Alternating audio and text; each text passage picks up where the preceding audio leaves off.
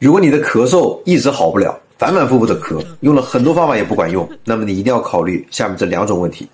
第一就是肺阴受损，很多人感染之后啊，咳嗽老好不了，特别是呼吸道感染，比如流感啊、支原体肺炎等等这些，虽然其他症状都消失了，但是咳嗽一直在，甚至会持续好几个月。这种情况在中医看来啊，很多都属于肺阴不足、干燥湿润、不能滋养肺脏导致的阴虚久咳。怎么办呢？可以经辩证后用虫草川贝膏来补肺益肾、清肺止咳。它里面的发酵虫草菌粉可以镇咳平喘，搭配清热化痰的川贝母、枇杷叶、蜂蜜啊，就可以清肺止咳，主要就是用于阴虚久咳和痰热咳嗽。第2种问题呢，就是胃食管反流。这种除了咳嗽之外啊，还有反酸、烧心这些胃肠道的症状。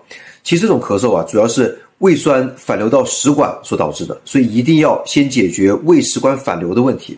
可以用一些抑酸药，或者去找一下消化科的医生去看看。